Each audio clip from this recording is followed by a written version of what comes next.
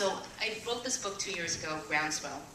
And it's the definition of groundswell is when people get what they need from each other, because these tools connect them now. But what happens, though, is when I talk to leaders of organizations, they usually ask a very interesting question. They go, how open do I need to be? And on the surface, it kind of seems like a silly question. Well, of course, you be open, you be authentic, be transparent. Or my favorite advice I heard from somebody, just be real. Does anybody know what those things mean? When you're talking to someone who doesn't understand this world, this alien being, how do you be open in a world where you've always been told you need to be in control? So the research that I did is about this book, Open Leadership, and my definition is having the confidence and humility to give up the need to be in control. Because if you think that you are in control, you're fooling yourself. And your executives, the people you work with, the people in areas of control, think they are in control, but if they just take a look around them and start listening to what's happening, they quickly find out they're not. And it's very disconcerting to them, because then they feel, how do I actually inspire the commitment from people to get things done? So I think there is a new need for this open leadership. And one of the ways I try to characterize this is how to give up control and be in command at the same time. It's not contradictory to each other. The new ways of getting things done is actually through the influence that you can wield. I believe that leadership is actually defined by who follows you. And I think many of us in this room don't actually have positions of authority, but because we're on Twitter, we have followers who are exhibiting leadership. So there are ways to actually think about openness. And the way to think about openness, you have to define it.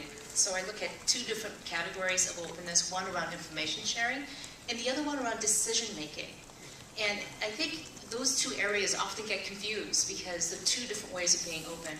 So I was recently on an aircraft carrier on the USS Nimitz with a dozen other bloggers. And one of the most interesting situations was when I was on the carrier deck with the captain, and he was talking to us, explaining things to us. I think I was with Robert Scoble at the time.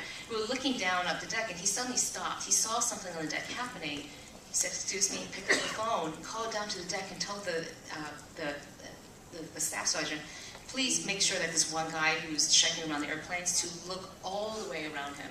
He's just looking sort of like 3/4 of the way around. He needs to look all the way around. Put down the phone and came back to us. He continued talking. I mean, this guy runs an aircraft carrier, 5,000 people on it. He runs a really tight ship. So not very open in terms of making sure what kind of parameters people had. But if you went and talked to the sailors and talked to the pilots, they were extremely open in talking about the stress of being at sea, what caused them to join the Navy in the first place. And what was interesting, we're talking to the pilot jets, the fighter jet pilots, and they would say things like, you know, it's absolutely terrifying every time I take off from that deck and having to land a plane on that deck. Absolutely terrifying, worst experience of my life, but I do it every day because I need to. That kind of honesty isn't something I expected from a tight-knit, buttoned-down Navy. So were they open or were they closed? It's somewhere along that continuum. And I think every organization has that spectrum of being open and closed.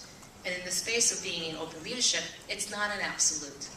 In fact, you need to be very strategic about what you will be open about and what you would not be open about in order to accomplish what you want to do.